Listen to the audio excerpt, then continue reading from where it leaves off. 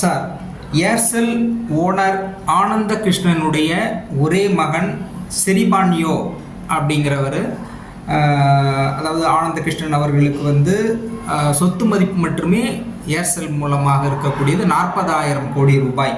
அது இல்லாமல் அவங்க gas company, oil company, real estate, Sterlite business அப்படின்னு நிறைய பிஸ்னஸ் இருக்குது. ஏறத்தாழ 1,00,000 கோடி கிட்டத்தட்ட சொத்து மதிப்புடைய குடும்பத்தை சார்ந்த ஒரே வாரிசான செரிபான்யோ திடீரென்று அவர் புத்த மதத்துக்கு மாறி புத்த மதத்தில் அவர் புத்த சாமியாரா மாறிட்டார். இதில் என்ன கேள்வின்னு சொன்னாக்க, இது கடந்த மாதங்களாக மிகப்பெரிய விவாத பொருளாக மாறி எல்லாருமே ஆச்சரியத்தில் உரைய வைத்தது. ஏன்னா சாதாரணமாக இருக்கக்கூடியவர்கள் கூட ரொம்ப கஷ்டப்பட்டு லக்ஸுரியாக வாழணும்னு நினைக்கிற இந்த காலகட்டத்தில் அவருக்கு எல்லாமும் இருந்தும் எதுவும் வேண்டாம், ஒரு துறவியாக போகணும் அப்படிங்கிற அந்த மனநிலை அப்படிங்கிறது எல்லாத்தையுமே புருவம் உயர்த்தி பார்க்கக்கூடிய செய்தியாக இருந்தது. சிலருடைய இன்னொரு கேள்வி, இவர் ஆன்மீகத்தில் முழுமையாக ஈடுபடுகின்ற பொழுது அவர் ஒருவருக்கு மட்டுமே அந்த ஞானம் கிடைக்கும்.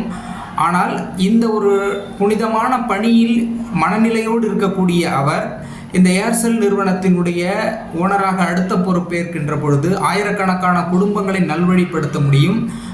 இந்த செய்தி உலகம் முழுவதும் பரவுகின்ற பொழுது இன்னும் பல லட்சம் மக்களை அவர் அந்த ஆன்மீகத்திற்கு உட்படுத்த முடியும். அவரே ஒரு லீடரே செய்யும் பொழுது எல்லாருமே அதை ஃபாலோ பண்ணுவாங்க.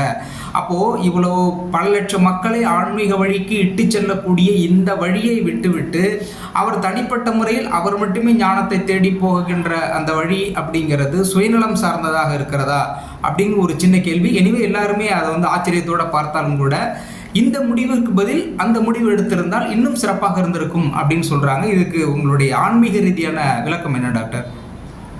கண்டிப்பாக இது சுயநலம் இல்லை. உங்களுடைய பார்வையில் சுயநலமாக தெரியுது. அது இன்னும் கொஞ்சம் விரிவான பார்வையில் பார்த்தீங்கன்னா அது சுயநலம் இல்லை.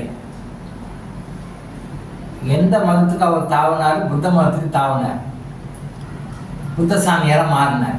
ஓகே, அந்த புத்த மதத்தை நிறுவிய புத்தர் என்னவா இருந்தார்? ஒரு அரசனாக இருந்தவர், அரச குடும்பத்தில் இருந்தவர், இளவரசர். அவர் சகல சுகபோகங்களையும் அனுபவித்துக் கொண்டு இருக்கலாம், மனைவி மக்களோட சுகமாக இருந்திருக்கலாம். மக்கள் படுகின்ற கஷ்டங்களை எல்லாம் பார்க்குறாரு, 4 வகையான துன்பங்களை பார்க்குறாரு. அதை பார்த்துட்டு யோசனை பண்ணுறாரு, ஏன் மக்கள் கஷ்டப்படுறாங்க, எதுக்காக இந்த மாதிரிலாம் கஷ்டப்படுறாங்க, ஏன் மூப்பு வருகிறது, ஏன் இறப்பு வருகிறது, ஏன் இந்த மாதிரிலாம் மக்கள் ரொம்ப கஷ்டப்பட்டு இருக்காங்கன்னு சொல்லி திங்க் பண்ணுறாரு. அப்போ அவருக்கு ஒரு சொல்யூஷன் வருது.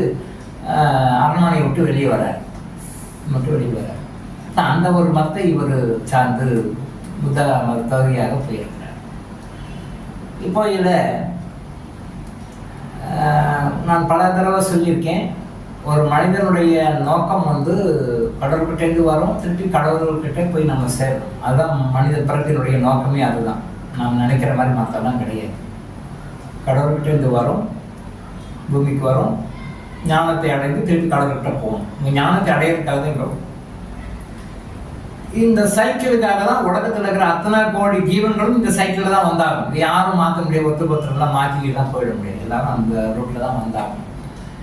அப்போ அந்த வகையில் நீங்கள் சொன்ன மாதிரி அந்த மல்டி மில்லியனர் ஏர்டெல் ஓனர் அவர் புத்தர் மாதிரி அவ்வளோ சொத்துக்கள் இருந்தாலும் அதையெல்லாம் விட்டு இறைக்கு வரார். ஒரு பல ஜென்மங்களாக பக்குவப்பட்டு இந்த ஜென்மத்தில் அவர் அந்த நிலையை அடையார். அவர் நைட்டில் வர முடியாது. பல ஜென்மங்களாக பல பிறவிகளாக அவர் நிலைமை கடந்து இந்த பிறவியில் அவர் இவ்வளோ சொத்துக்கள்லாம் இருந்தாலும் அதை விட்டுட்டு வரார். இது சுயநலம் கிடையாது. இப்போது நீங்கள் உங்களுடைய கருத்துப்படி அவங்க ஒரு நல்ல சொல்லக்கூடிய ஸ்டேஜில் ஒரு பொருளாதார வளத்தில் நல்ல சிறந்த உயர்ந்த நிலையில் இருக்காங்க. அப்போ அவர் சொன்னால் மற்றவங்களாம் கேட்பாங்க அப்படின்னு சொல்லி நீங்கள் உங்களுடைய கருத்து சொல்கிறீங்க. அவங்க சொன்னால் கேட்பாங்க, இவர் ஏன் அந்த மாதிரி சொல்லாமல் போயிட்டாரு அப்படின்னு சொல்லிட்டு. இப்படியெல்லாம் வாழணும், இப்படியெல்லாம் இருக்கணும்னு சொல்லிட்டு பகவத்கீதையில் பல யுகங்களுக்கு முன்னாடியே பகவான் சொல்லிட்டு போயிருக்காரு. எத்தனை பேர் அவர் சொல்ல கேட்டு மாறி இருக்காங்க? சொல்ல முடியுமா நீங்கள் ஆன்சரு? பகவான் கிருஷ்ணர் சொல்லி எத்தனை பேர் மாறி இருக்காங்க? ஏன் இன்னமும் எல்லா அராஜகமும் நடந்துகிட்டே இருக்கு? அவர் சொல்றாரு, கேட்பாங்க, படிப்பாங்க, ரைட் ஓகே, தூக்கி போட்டு வெளியே வந்துடுவாங்க, அவ்வளோதான் மேட்ரு. இயேசு கிறிஸ்து சொன்னார் இப்படியெல்லாம் இருக்கணும், இப்படியெல்லாம் இருக்கணும், இப்படியெல்லாம் இருக்கணும்னு சொன்னார். அவர் சொல்றாரு, எத்தனை பேர் மாறிட்டாங்க சொல்லுங்க? எத்தனை பேர் மாறி இருக்காங்க?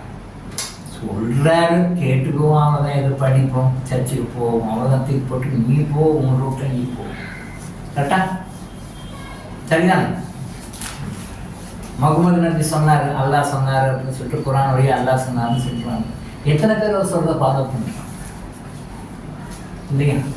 சொல்றாங்க, இவங்களும் படிப்பாங்க, வெள்ளிக்கிழமை மசூதிக்கு போவாங்க, குரான் எடுத்து படிப்பாங்க, ஆனால் அவங்க ஆக்டிவிட்டிஸ் பாருங்க உள்டாவாக தான்.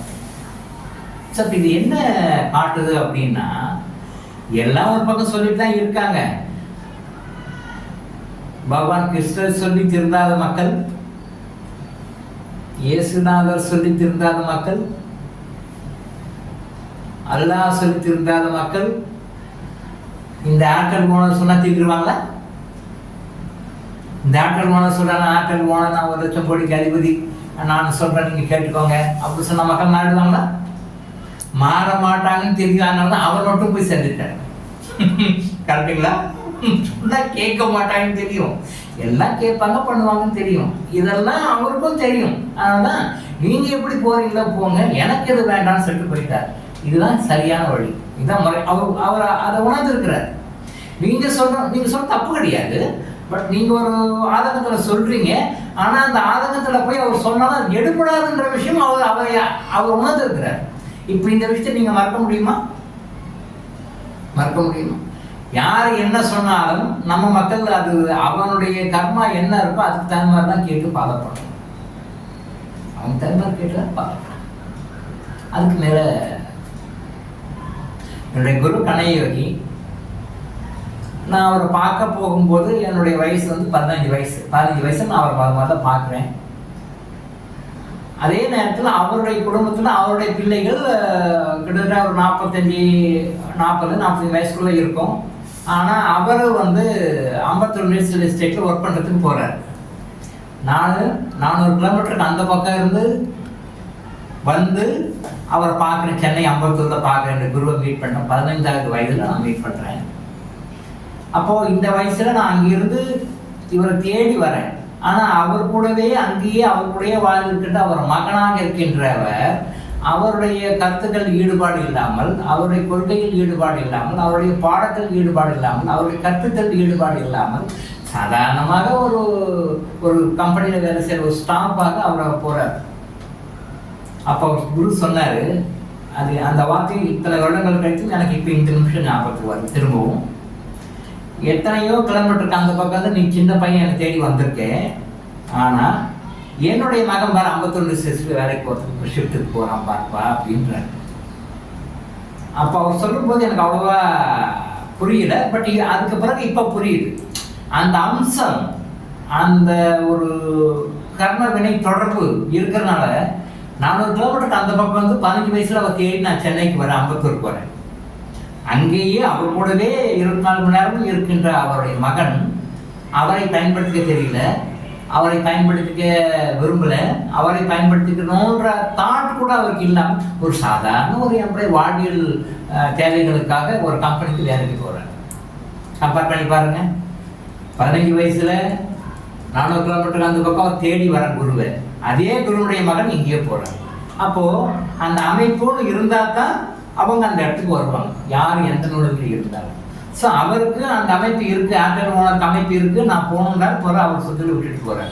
ஆனால் அவரே நான் ஆற்றல் ஓனர், நான் 1 லட்சம் கோடிக்கு ஓனர், நான் சொல்கிறதெல்லாம் நீங்கள் கேளுங்க, 1 லட்சம் பேருக்கு அவர் லெசன் எடுத்தாலும் யாரும் கண்டுக்கவே மாட்டாங்க, கேட்டுக்கவே மாட்டாங்க.